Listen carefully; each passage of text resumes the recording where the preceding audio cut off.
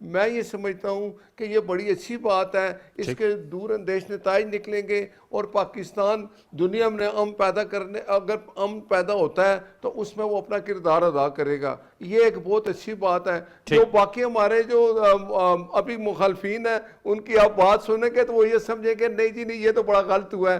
بہرحال پاکستان ایک جس جگہ کھڑا ہے، اس وقت پاکستان اس میں ایک اچھا کردار ادا کر سکتا ہے. چلے میں ان سے پوچھ بھی لیتا ہوں. سینیٹر ہمائی مومن صاحب، سر آپ کیا کہیں گے؟ ویسے اس کے دوران جو کینیڈا کے پرائم منسٹر کی سپیچ ہے وہ بھی بہت زیادہ کوٹ کی جا رہی ہے، جس میں انہوں نے کہا کہ if you are at the table, dining table, either you are at the dining table اور you are on the menu.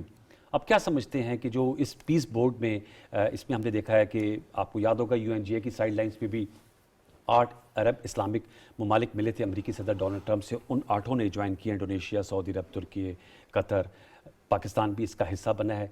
Gaza میں امن کے قیام کے لیے کچھ اس سے عمل درآمد میں پیش رفت ہو سکی کہ اس بورڈ سے بننے سے؟ کیونکہ UN جو ہے وہ قرارداد تو ہے 2803 لیکن اس پہ کوئی عمل درآمد نہیں ہوتا.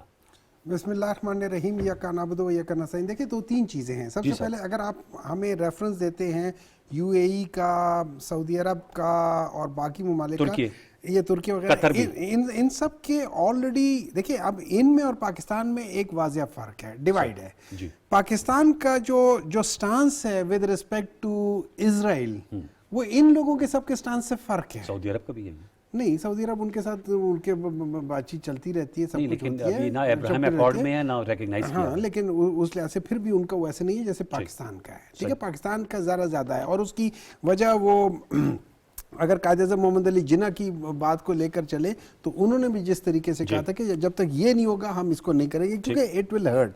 اب آ جاتے ہیں کہ ایک چیز اس سے ظاہر یہ ہو رہی ہے کہ یہ ریپلیس کر رہا ہے، جو سننے میں آ رہا ہے، آپ یونائٹڈ نیشنز کو ایک قسم کی یہ اس کو ریپلیس کر رہا ہے. ٹرمپ نے ڈینائی کیا ویسے اب اخباروں میں تو جو میں پڑھوں نا، میں تو اس کو اس لحاظ کو دیکھ کے کر رہا ہوں جو بھی ہے نا، جو اس لحاظ سے کر کے دیکھ رہا ہوں. نمبر 3 اس میں جیسے ہمارے دوست بھائیوں نے کیا ہوا نا، تو ٹرمپ نے ان سے سیکھا ہے. بعض دفعہ سیکھ بھی لیتے اس سے کہ انہوں نے کہا میں بھی تاحیات کچھ کر لیتا ہوں، جب سارے کر ہی رہے تو میں بھی کر لیتا ہوں. انہوں نے بھی اپنے کو تاحیات اس کا چیئرمین بنا دیا ہے. اب جیسے ابھی آپ نے کہا کہ وہ you are either on the table or you are menu, but menu is also on the table نا.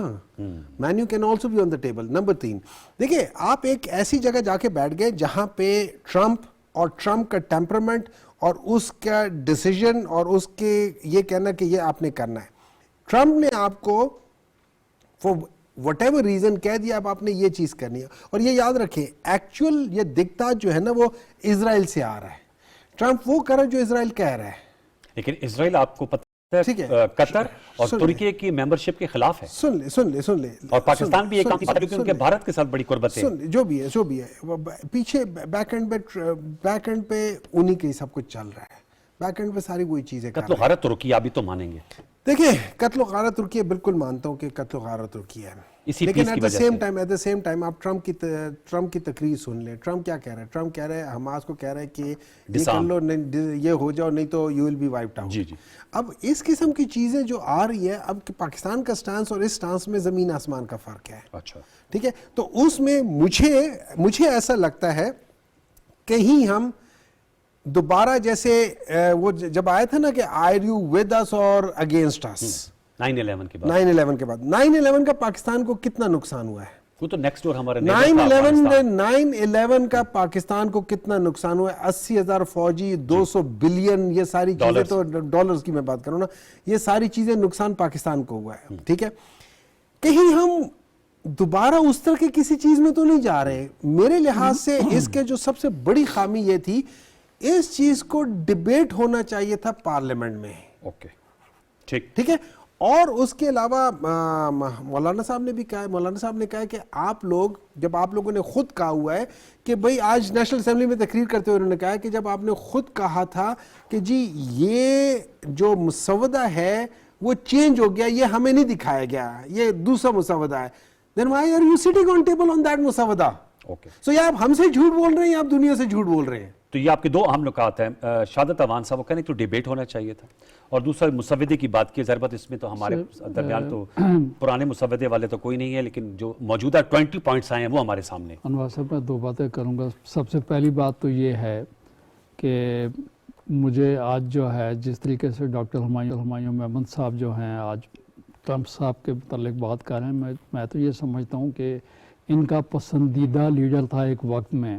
آپ کو یاد ہوگا کہ انہوں نے اور ان کی پارٹی نے یہ توقعات ان سے وابستہ کی ہوئی تھیں، کہتے تھے ٹرمپ آ جائے گا تو ان کا بانی جو ہے وہ رہا ہو جائے گا. اور اس کے آنے کے اوپر پی ٹی آئی نے بڑی مٹھائیاں وغیرہ بھی بانٹی تھیں. اب سلسلہ یہ رہ گیا کہ ابھی جو ٹرمپ صاحب نے جو بات کی ہے، اگر آپ کو یاد ہوگا تو یہ غالباً جو ہے 27 نومبر کی بات ہے، یو این کی جنرل اسمبلی میں سائیڈ لائن کے اوپر یہ جو 8 اسلامی ممالک تھے، انہوں نے ٹرمپ کے ساتھ وہاں پہ بیٹھ کے یہ بات تھی کہ کسی طریقے سے یہ سیز فائر ہونا چاہیے، کیونکہ وہاں پہ آلموسٹ 1 لاکھ جو ہے انسانی جانیں جو ہے ان کا نقصان ہو گیا تھا، اور بہت سلسلہ چل رہا تھا.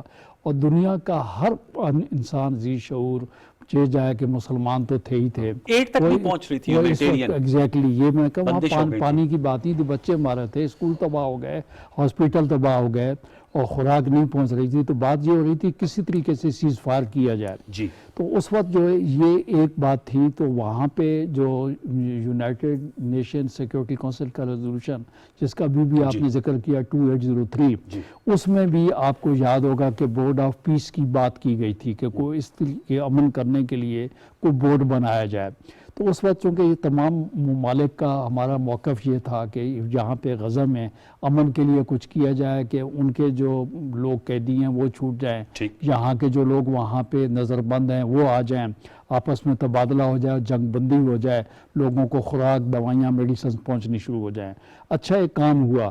اب اس کے بعد انہوں نے 60 ممالک کو انہوں نے دعوت دے دی کہ آپ لوگ آئیں اور اس کو بات کو آگے ان کی ریہیبلیٹیشن جو ہے اس کو آگے بڑھانے کے لیے ہم کام شروع کریں اور اس کا کوئی مستقل جو ہے حل نکالیں.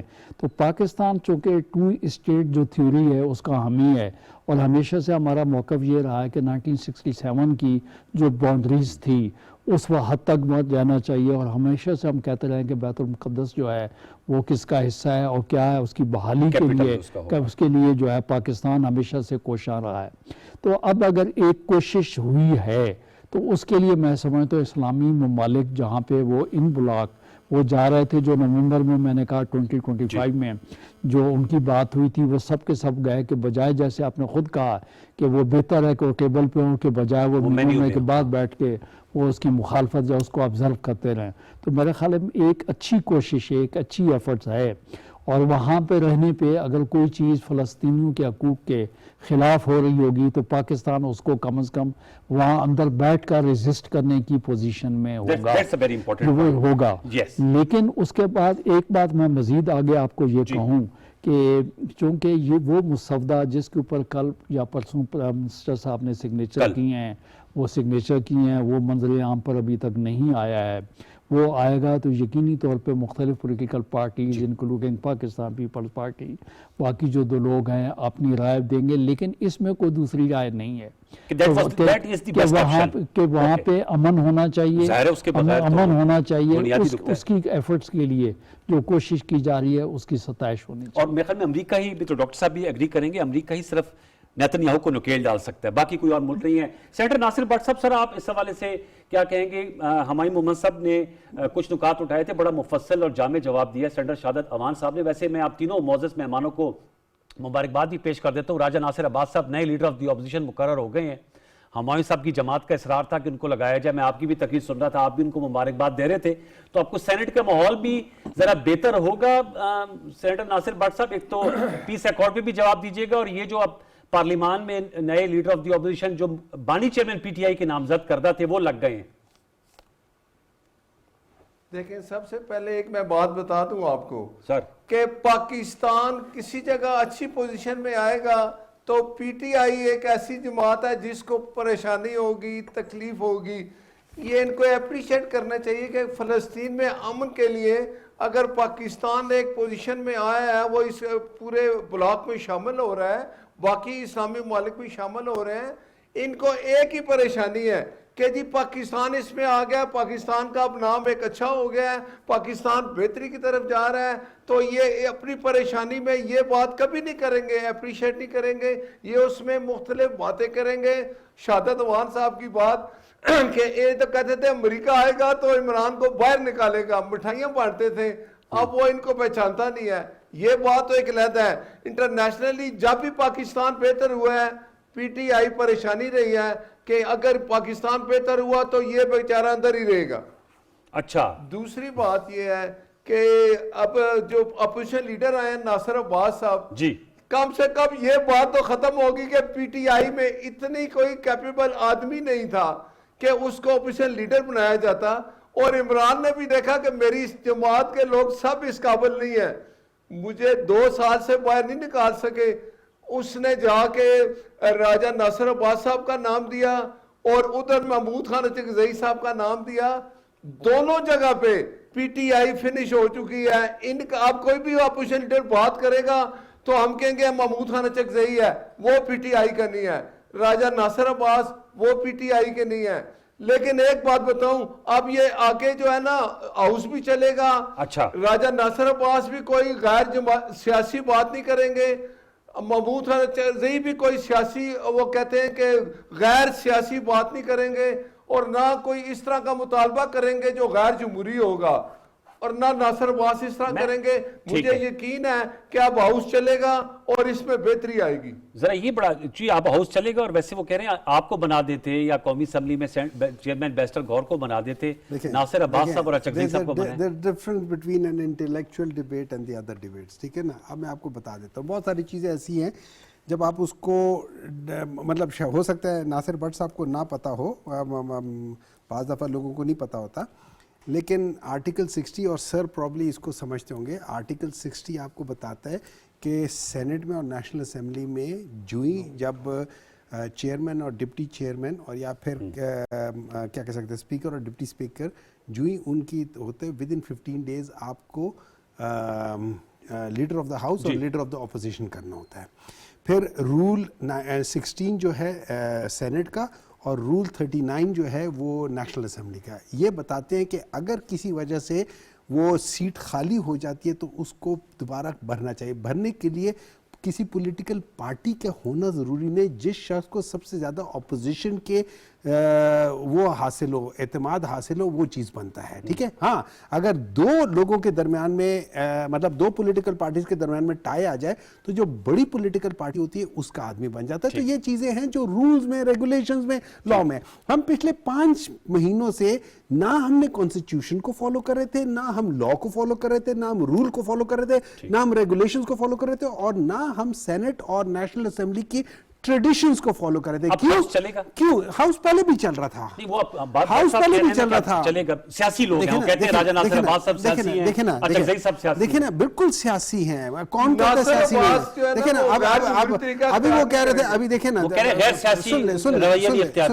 ابھی دیکھیں جب سیاسی ڈیبیٹ ہوتی ہے نا تو اس میں تھوڑی سی بعض چیزیں, جیسے ابھی شہادت عوان صاحب نے جو باتیں کر رہے تھے, مطلب اگر میں اگری نہ بھی کروں ایٹ لیسٹ سننے میں مزہ آ رہا تھا کہ کوئی بیچ میں ایک کوئی مواد تھا, کچھ سمجھ آ رہی تھی, کچھ کر رہا تھا.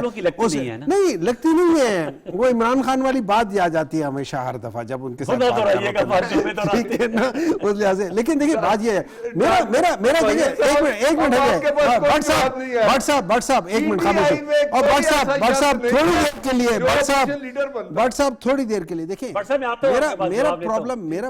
میرا پرابلم یہ ہے کہ اگر جیسے ہم نے کہا ہے کہ اگر کسی وجہ سے ایک ڈیسیژن آ جاتا ہے اور ہم لوگ اس ٹیبل پہ بیٹھے ہوئے ہیں, اور ایک بات یاد رکھنا, اس ٹیبل پہ جو بیٹھے ہوئے لوگ ہیں ان میں سے جو سب سے کمزور لوگوں میں سے ایک ہے, جو ملک ہے جو نہیں افورڈ کر سکتا کہنا, وہ پاکستان. کیسے کمزور ہے سر؟ سر مان لیں, نہیں سر میں آپ ایک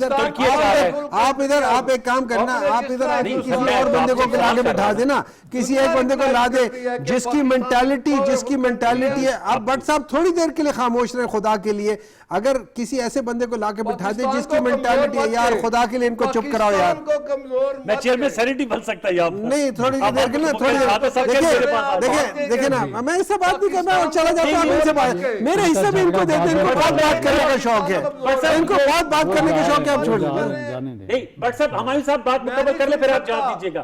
کہ ایک پاکستانی بندہ کہے کہ پاکستان کمزور ہے, نو, وہ کہہ رہے ہیں نو اچھا آگے چلیں. سر اس سے پاکستان کمزور ہے اس کی بات نہیں ہے. دیکھیں میں آپ کو دوبارہ بتا دیتا ہوں, یہ میری اپریہنشن ہے, میں تو اپنی اپریہنشنز کی بات کروں نا, میں یہ نہیں کہہ رہا ہوں کہ پاکستان ویک ہے یا پاکستان ویک نہیں ہے, میں اسی بات کر رہا ہوں. اچھی بات ہے ٹیبل میں ہو, لیکن دیکھیں اس ٹیبل میں بیٹھ کے آپ نے بعض ڈیسیجن, مجھے صرف خوف اس بات کا ہے کہ اگر کوئی ایسی بات آ گئی جس پہ آپ کو کہا گیا یہ کرو اور آپ وہ نہ کر سکے, دین واٹ. آپ خوف نہ کھائیں, آپ بہادر بنے.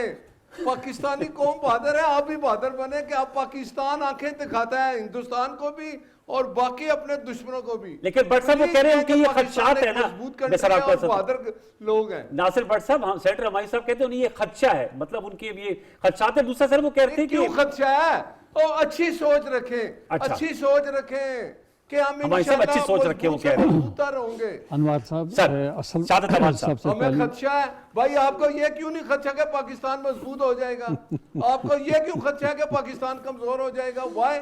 پہلی بات میں اس کا جواب دیتا ہوں, میرے ساتھ رہیے گا. بٹ صاحب دو باتیں ہیں جی, اس میں تو کوئی دوسری بات ہی نہیں ہے کہ پاکستان ان 8 ممالک میں یا جتنے ممالک نے یہ آج سائن کیا ہے, سب سے مضبوط ملک اور اٹامک ملک اگر کوئی طاقت ہے تو وہ ہے الحمدللہ پاکستان. نمبر ایک. اس کے بعد دوسری بات جو ڈاکٹر صاحب نے کی ہے کہ 5 مہینے جو ہے دونوں جگہ پہ لیڈر آف اپوزیشن نہیں ہو سکے, تو میرے خیال میں اس میں تھوڑی سی کوئی لیگل ہچ تھی, اس گلچ کی وجہ سے نہیں ہو سکے, کیونکہ جو ہے جب اچھا صاحب کی تھی, ان کی بھی تھی دونوں, میں آپ کو گزارش کروں گا نا, اس میں یہ ہے کہ جب عمر ایوب صاحب جو ہیں ان کے ڈسکوالیفیکیشن کے بعد جو ہے وہ کورٹ چلے گئے, کورٹ جانے کے بعد وہاں پہ نیشنل اسمبلی کو جو ہے وہ نوٹس ہو گیا. اسی طریقے سے جو ہے سینٹ کے اندر جو لیڈر آف اپوزیشن تھے شبلی فراز صاحب, وہ بھی ڈسکوالیفائی ہو گئے. کنوکشن کے بعد پھر وہ بھی چلے گئے, پٹیشن میں چلے گئے, وہاں پہ سینٹ کو جو ہے نوٹس ہو گیا. اور اس کے بعد میں یہ سمجھتا ہوں کہ اس وجہ سے یہ 5 مہینے کا توقف ڈیلے اس وجہ سے ہوا. اور جیسے ہی عمر یوسف صاحب نے وہ سپریم کورٹ سے اپنی پٹیشن واپس لی, تو آپ دیکھیں کہ اسپیکر صاحب نے بلا لیا دوستوں کو, اور جن کے پاس ووٹ زیادہ تھے ان کو انہوں نے اناؤنس کر دیا. اور وہی نیشنل اسمبلی کو چونکہ ہم فالو کرتے ہیں, اس طریقے سے جو ہے راجہ علامہ ناصر عباس صاحب جو ہیں وہ جو ہے لیڈر آف اپوزیشن وہ اپوائنٹ ہو گئے. ان دونوں کے آنے سے آج میری بڑی ڈھارس بندی امید اچھی ہوئی ہے کہ آج جوائنٹ سیشن تھا اور دونوں لیڈر آف اپوزیشن وہاں پہ موجود تھے, اور آج کا سیشن پہلے کے اجلاس کی نسبتاً بہت بہتر ہوا. اچھا, مجھے تو یوں لگا کہ بٹ صاحب جیسے کہ پی ٹی بٹ صاحب تشریف لے گئے, جیسے کہ وہاں پہ جو ڈاکٹر ہمایوں محمد صاحب موجود ہوں گے, لیکن مجھے لگا کہ جیسے شاید آج ان کی پارٹی وہاں پہ موجود ہی نہیں ہے. مطلب اجلاس تینوں بل بڑے خوش اسلوبی کے ساتھ پاس ہوئی ہے, باقاعدہ نظر آتا تھا کہ پارلیمان ہے, کوئی شور شرابہ نہیں تھا, کوئی ہنگامہ نہیں تھا. اور دوسری بات یہ ہو گیا کہ لیڈر آف اپوزیشن کے اپوائنٹ ہونے سے ایک تو آپ کی جمہوری پروسیس آپ کا مکمل ہوا, پارلیمان جو ہے وہ آپ کا جو ہے آگے کمپلیٹ ہوا, آگے چل رہا ہے. باقی اس کے بعد آپ نے اور اس کے علاوہ کیا کون سا کویسچن کیا تھا؟ میں اس پہ اب یہ سوال کر رہا تھا کہ آپ نے کہا کہ آج جو پارلیمان میں کنڈکٹ تھا وہ بہت بہتر تھا, اس کو کیسے کنٹینیو کیا جا سکتا ہے؟ کیونکہ شہادت امان صاحب آپ کے برابر میں ہماری صاحب بیٹھے ہیں ویورز, سینیٹر ناصر بٹ صاحب کی ایک اور میڈیا انگیجمنٹ تھی, انہوں نے اپنا نقطہ نظر دے دیا, میں نے کہا آپ کو اپڈیٹ کر دوں. 8 فروری اس میں یہ پہیہ جام ہڑتال اور احتجاج کی بات کر رہے ہیں, تو یہ جو ایک پازیٹیوٹی جس کا آج آپ اظہار کریں اس کو کیسے کنٹینیو کیا جا سکتا ہے؟ میں آپ کو گزارش کروں کہ اچکزئی صاحب جو ہیں وہ ان کا جو جرنل ریپوٹیشن ہے وہ تنقید کرنے والے لیڈر کے طور پہ ضرور ہے, لیکن میں سمجھتا ہوں کہ وہ جو دلیل دینے والے لیڈر ہیں وہ سڑکوں کی پولیٹکس کرنے والے, ایجوکیشن کرنے والے, توڑ پھوڑ کرنے والے اچکزئی صاحب نہیں ہیں. اس وجہ سے مجھے ایک تو بات اچکزئی صاحب سے مجھے اس بات کی توقع ہے کہ اس قسم کی صورتحال نہیں ہوگی. اور احتجاج کرنا تو ہر آدمی کا جو ہے, ڈیمانڈ کرنا, احتجاج کرنا, اپنے حق کے لیے آواز جو ہے بلند کرنا الگ بات ہے, لیکن یہ ہے زبردستی روڈ راستے بلاک کا دینا, پبلک پراپرٹیز جو ہے یہ میں پوچھتا ہوں آپ کے برابر میں بیٹھے ہیں. ہماری صاحب آپ سے بتائیے گا کہ ظاہر بات ہے دونوں لیڈر آف دی اپوزیشن آ گئے, ان کا طرز سیاست آپ سے مختلف ہو سکتا ہے, لیکن ظاہر بات ہے آپ لوگوں کے نامزد کر دیں, آپ لوگوں کے ووٹ جو ہیں وہی ان کو پڑھیں جس کی وجہ سے وہ جو ہیں وہ مقرر کر دیے گئے ہیں. اب جو جہاں تک میری اطلاع ہے انہیں کو یہ اختیار تفویض کیا گیا بانی چیئرمین پی ٹی آئی سے کہ وہ مذاکرات کا راستہ اختیار کرتے ہیں یا احتجاج کا کرتے ہیں. پی ٹی آئی کے اندر کیا فیلنگ پائی جاتی ہے سینٹر ہمایوں صاحب, کیونکہ پی ٹی آئی کے اندر بھی ڈیفرنٹ شیڈز آف اوپینین کے لوگ ہیں. ابھی شہادت ایوان صاحب نے ساری باتیں بتائی ہیں کہ جی اس کے اندر ایک گلش تھی. کوئی گلش نہیں تھی جی. اچھا, یہ جولائی میں ڈیسیجن آیا تھا, ٹھیک ہے, اگست سپٹمبر میں ان لوگوں کو سزا ہو گئی. وہ اپیل میں گئے نا, وہ کہہ رہے ہیں سنو, انہوں نے وڈرا کر لیا تھا, جو اپنی مقدمات اکتوبر میں وڈرا کر لیا, پیٹیشنز وڈرا کر لیا. چلیں اب دیر ہے درست وڈرا کر لیا. نہیں, دیر ہے درست نہیں ہے سر جی, میری بات سنیں, ہر چیز میں دیر ہے درست آئے نہیں ہوتا, ٹھیک ہے. Justice delayed is justice denied. ٹھیک, ابھی انہوں نے خود کہا ہے کہ جی جو پارلیمان ہے وہ کمپلیٹ ہو گیا ہے. ان کے اپنے الفاظ ہیں, ابھی 1-2 منٹ پہلے کی بات ہے. اس کا مطلب ہے پچھلے 4 ماہ سے انکمپلیٹ پارلیمان چل رہی تھی, انکانسٹیٹیوشنل پارلیمان چل رہی تھی. یہ ان لوگوں نے اس ملک کو ایک تحفہ دیا ہے, انکانسٹیٹیوشنل سارے کام کیے ہیں. اچھا, پچھلے 4 سالوں میں. اور یہی وجہ کہ اگر آپ دیکھیں یہ سارا ملک جو ہے نا, آپ آج کے دن جو چیز ہوتی ہے نا, آپ آگے اس سے بہتر ہوتے ہیں, ہم لوگ پیچھے جا رہے ہیں. اور یہی چیز آج اگر ہم دیکھ لیں جو پاکستان کی بیورو آف اسٹیٹسٹکس نے جو چیزیں شائع کی ہیں, اس میں بڑی عجیب سی بات آ رہی ہے. اس میں مزے کی بات یہ آ رہی ہے کہ 2013 میں سندھ جہاں تھا, آج 2025 میں سندھ اس سے پیچھے چلا گیا. میں پوچھتا ہوں ان سے گل پلازا کی بھی جو ٹھیک ہے نا, گل پلازا کو چھوڑ دیں جی, میں آپ کو یہ بتاتا ہوں, جہاں پہ سندھ میں پرائمری اسکول میں 38% الیکٹریسٹی تھی 2013 میں, آج وہاں پہ 27% ہے, 11% کم ہو گئی ہے. اچھا, یونیورسٹیز میں جو یہ ہمیشہ کہتے ہیں 92% تھی 2013 میں, آج وہاں پہ 88% ہو گئی ہے. مطلب آپ دیکھیں یہ پیچھے جا رہے ہیں. اچھا, اس کے باوجود کہ خیبر پختونخوا پچھلے 22-25 سالوں سے خیبر پختونخوا میں دہشت گردی ہے, وہ 50% سے اٹھ کے 85% پہ چلا گیا ہے. جو پرائمری اسکول میں بجلی کی وہ ہے, اس کے علاوہ پروویژن ہے بجلی کی, جو پروویژن ہے بالکل, اس کے علاوہ وہ سارا بتا رہے ہیں, بسا دیتا ہوں پک اینڈ چوز تو نہیں کر رہے, کیونکہ میں صرف ان کے ساتھ کمپیئر کر رہا ہوں اس کے لحاظ سے. اچھا چلے ٹھیک ہے نا. آپ کہتے ہیں کہ کے پی بہتر کیا, سندھ کیا, وہ یہ اچھی بات ہے, مقابلہ ہونا چاہیے. سندھ ریورس کیا ہے, ریورس گیئر لگا رہا ہے. ان کو میرے خیال میں آگے ہرڈل آ رہے ہیں تو ریورس گیئر پہ جا رہے ہیں گڈی. وہ میں سے پوچھوں گا, لیکن اس کا جواب دے دیں, لیکن ہاں کس چیز کا سوچ کس کی ڈومینیٹ کرے گی, اچھا صاحب, راجہ ناصر عباس صاحب کی یا علیمہ خان صاحبہ کی؟ میں کلیئرلی کہہ رہا ہوں. First of all, Halima Khan Sahaba has got nothing to do with the political party. وہ بیانات دیتے ہیں. میں کہہ رہا ہوں nothing to do with the political party. But she gives political statements. I respect her as a person. I respect her as a sister of Imran Khan. But she does give political statements. She has got nothing to do with and she has said it so many times. Imran Khan نے یہ بہت دفعہ کہا ہے, Halima Khanum صاحبہ نے یہ خود بہت دفعہ کہا ہے. ان کا وہ نہیں ہے, وہ ایک میسج دیکھیں, انہوں نے اگر ان کو آپ جاتے ہیں, آپ آ کے ایک میسج بتاتے ہیں تو that's just a message, but she has got nothing to do with that. Number 2, دیکھیں پولیٹیکل پارٹی کے اندر ایک ڈسکشنز ہوتی ہے, اور as far as we are concern, ہم ان کے ساتھ بات چیت, مطلب اچک زئی صاحب اگر وہ ہمیں کہتے ہیں, مطلب میں آپ کو یہ بات بتاتا ہوں, میں آپ کو ایک بات بتاتا ہوں, پچھلے دنوں ہم as a Pakistan Tehreek Insaf political party, ہمارا یہ تھا, کہنا تھا کہ ہم لوگ یہ جو 27ویں ترامیم ہے, ہم اس میں جا کے ووٹ ڈالیں گے اگینسٹ. اچک زئی صاحب اور علامہ صاحب دونوں نے کہا کہ ہم نہیں ڈالیں گے. میں ان 3 بندوں میں سے تھا جو گیا تھا ان کے پاس کہ ہمیں ووٹ ڈالنا چاہیے, اگینسٹ میں. اچھا, اگینسٹ میں ووٹ ڈالنا چاہیے, rather than abstain.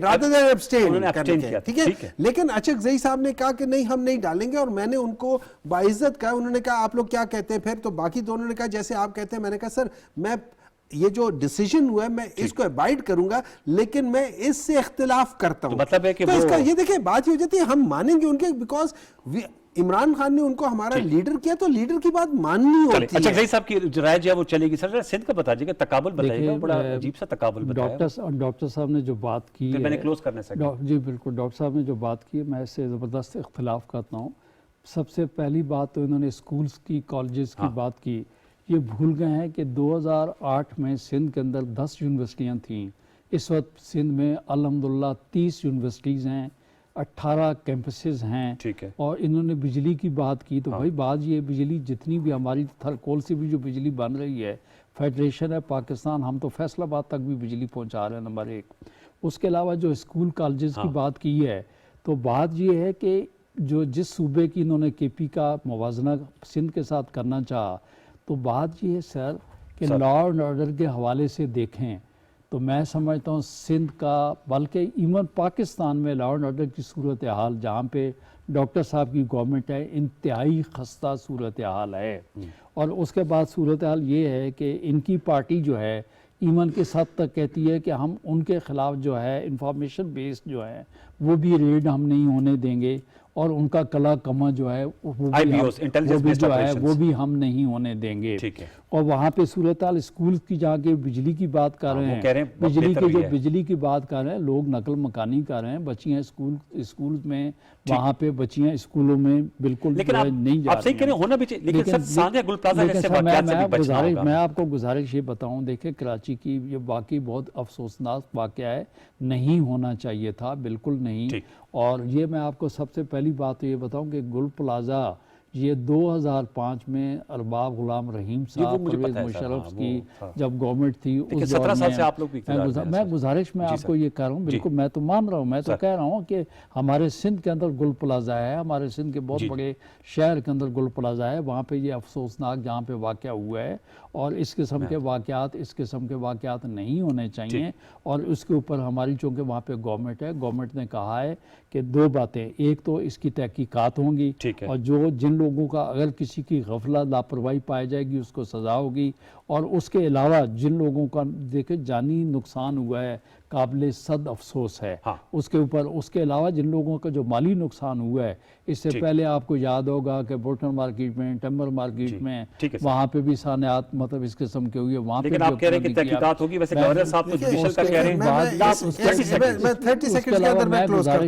میں آپ کو گزارش سب یہ کروں کہ خواہ مخواہ کسی چیز کو بات کا بتنگڑ بنانا وہ نہیں بنانا چاہیے، میں نے کہا وہ نہیں ہونا چاہیے. ہم یہ کہتے ہیں کہ بالکل ہمارے صوبے میں یہ ذمہ داری ہے، لیکن بات یہ ہے کہ لوگ دوسرے کے اوپر تنقید کرتے ہیں، اپنی طرف انگلی جو ہے. سمپل سی بات ہے، دیکھیں یہ جو گل پلازہ کی بات کر رہے ہیں اس میں جو ایک بہت زیادہ افسوس والی بات تھی جو آج میرے سامنے سے گزری ہے ایک ٹی وی پروگرام میں، کہ وہاں پہ ڈمپر جس کے اندر لوگوں کی وہ ہڈیاں وغیرہ پڑی تھیں، ریمینز تھی، وہ غائب ہو گیا. اچھا، نمبر 2 انہوں نے بات کی ہے کہ خیبر پختونخوا میں لا اینڈ آرڈر ہوا ہے. مجھے آپ کے جو جتنے بھی آپ کو سن رہے ہیں اس وقت، مجھے ایک بات بتاتے، سب سے زیادہ موبائل سنیچنگ، سب سے زیادہ اس قسم کی چیزیں کس صوبے میں ہوتی ہے؟ آپ کو خود ہی پتہ چل جائے کہ law and order, terrorism is not a law and order situation, it's a different thing. آپ کو پہلے تو یہ فرق، آپ کو فرق، آپ کو نہیں سر جی دیکھیں، دیر آر سرٹن تھنگس جو صوبے کی ہوتی ہیں وہ لا اینڈ آرڈر ہے. وہ بعض چیزیں ہوتی ہیں جو آپ کے بارڈر سے آتی ہیں، وہ ڈفرنٹ چیزیں. Terrorism can not be part of a law and order. اس کا جواب میں دے دوں کیونکہ آپ کلوز کرنے والے ہیں. بات یہ ہے ڈاکٹر صاحب کو یہ بولیں کہ ایک جگہ کی آبادی ہے 5000، ایک جگہ کی آبادی ہے 50,000، وہاں پہ آپ کے 10 موبائل چھینتے ہیں. کراچی شہر کی آبادی ہے 3.25 کروڑ، اگر وہاں پہ 50 موبائل بھی چھنتے ہیں تو بھائی آپ تناسب نکالیں گے تو ہماری لا اینڈ آرڈر کی سچویشن بہت بہتر ہے. وہاں پہ انشاءاللہ تعالیٰ